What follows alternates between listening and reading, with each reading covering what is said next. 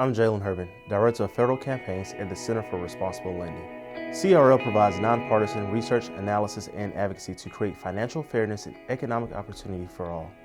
We know that the student debt crisis is pervasive and detrimental to borrowers. Student debt depresses the purchasing power of 45 million Americans and prevents millions from starting families, buying homes, investing in local economies, and starting businesses and going back to school. The burden of student debt is disproportionately felt by the historically marginalized due to systemic inequality in accessing higher education and employment opportunities.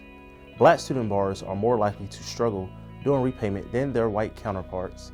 Additionally, women hold 2/3 of the country's student debt and on average borrow $3,000 more than men, but because of the wealth and wage gap, find it more difficult to repay their loans. While a typical white borrower pays off almost half of their balance within 12 years of starting college, and the balance of a typical black female borrower rises by 13%.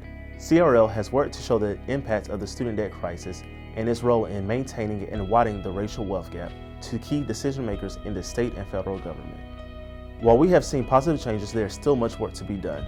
We will continue to advocate for major reforms to relieve borrowers and to prevent an ongoing debt crisis from holding back college students, particularly those of color, from realizing the promise of achieving financial security through higher education.